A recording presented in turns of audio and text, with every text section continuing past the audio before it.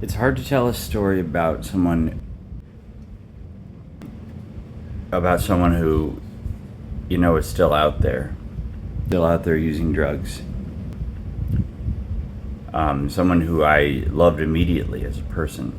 Immediately. Do you have anything to add?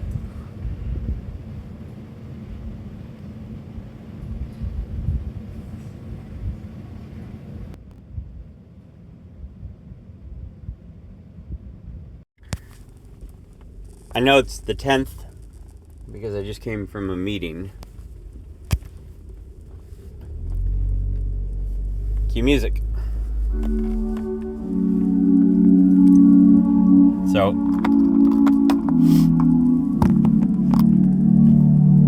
I'm pulling into a Walmart on January 10th, 2024. You know what I think when I say the year like that? I think, thank God I still look good. Which is just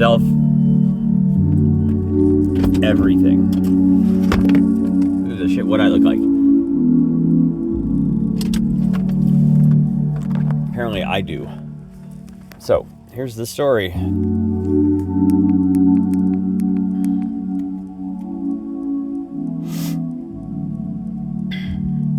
I'll tell you who doesn't give a shit what I look like.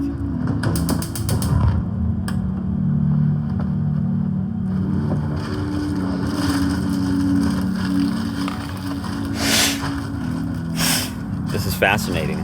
As I'm telling the story, I cannot remember her name. I already told you. Here we go.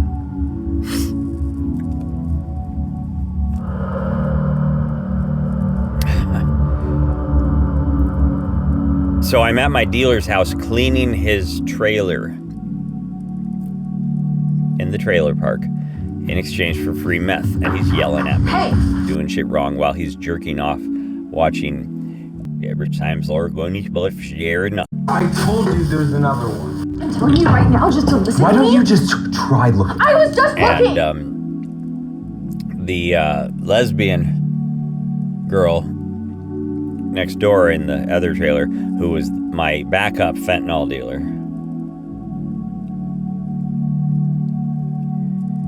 says to me, "Oh, I got my best friends coming over."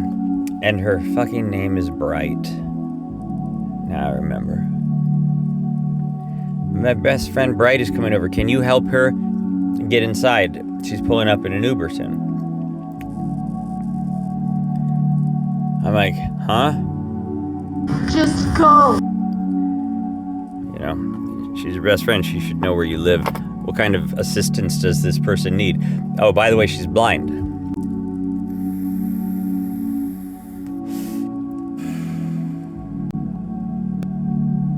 This is a hard story to tell for me.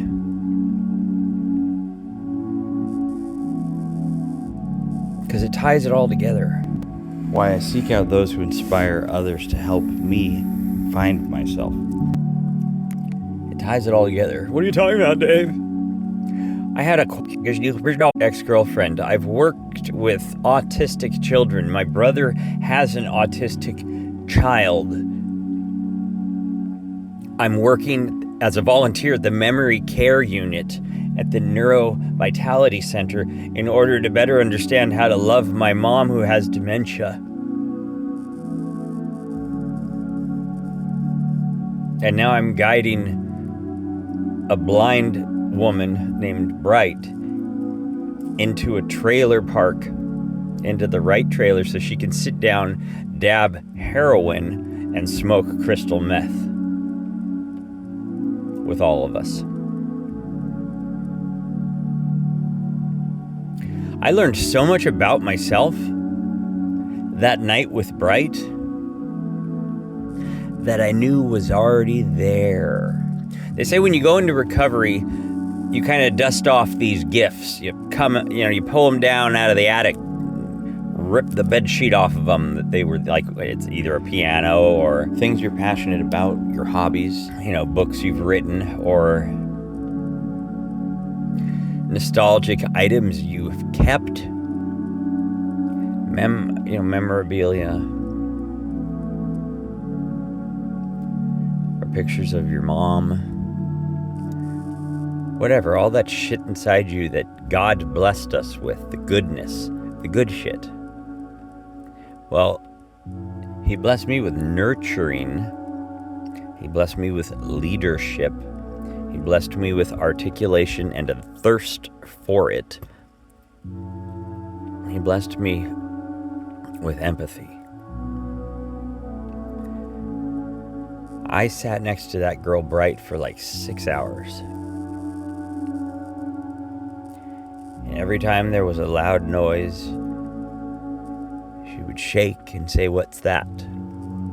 I'd say, "It's your fucking best friend outside pounding lumber." Because, I don't know, because that's what tweaker fentanyl people do. She didn't even hang out with her. It was so weird. And I talked to her about Maximus Miracle. And I talked to her about her twin 16-year-old boys. And I talked to her about pain and addiction and love.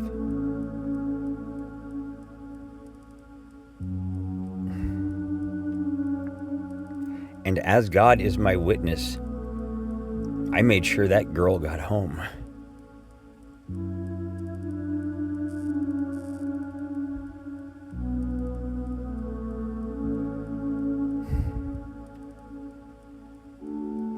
Safely.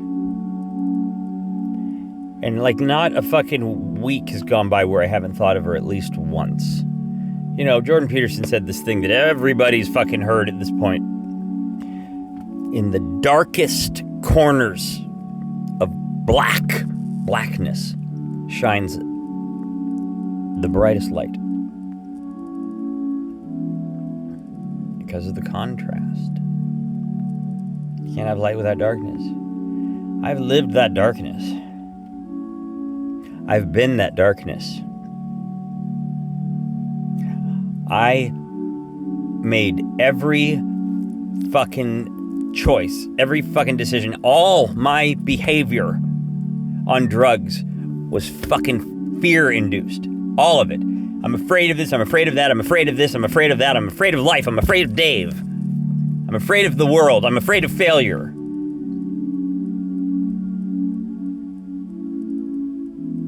Well, now I'm angry at fear and I'm going to fight.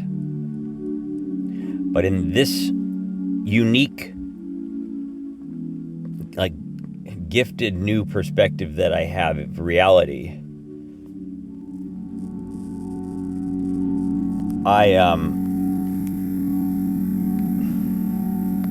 going to fight back wisely. I'm making up for all the goddamn years of fucking being a terrorizer.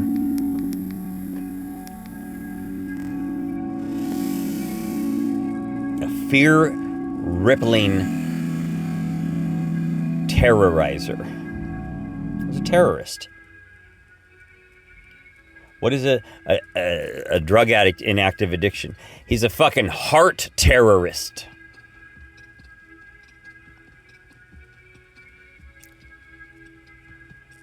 He makes you fear as well. So fighting back aggressively through living the spiritual principles is now rippling love into the world, especially starting with my family. I can't take away all the fear that I caused over the years. I can't fucking change my mom's gray hairs back to brown. I can't take away the worry wrinkles and the decades of pain.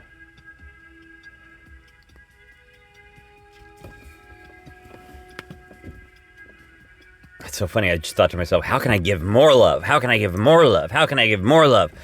That's an aggressive, fucking thirsty for knowledge of how to love better guy. Very non-suicidal. All of my thoughts now are about life and love.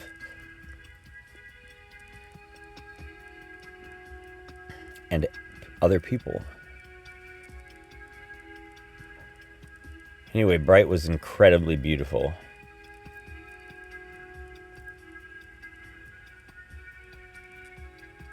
And she had like a dichotomistic love-fear thing going. She was drawn into the stories about Maximus Miracle that I told her. She even said he's such a beautiful horse. I love his color. And I'm like, can you kind of see or something? Because I showed her a picture. I'm like, can you kind of see?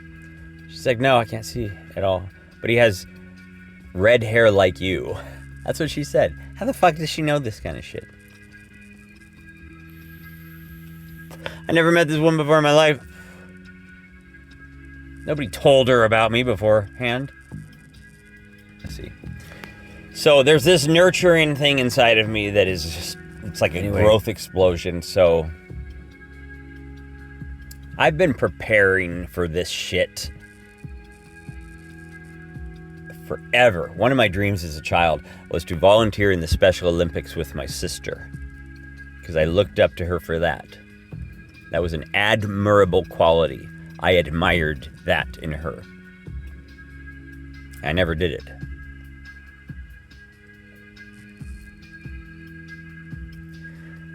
All right, well, I'm gonna go. High five, Brite. I hope you're okay. High five, Hoof, Maximus Miracle. I know you're okay.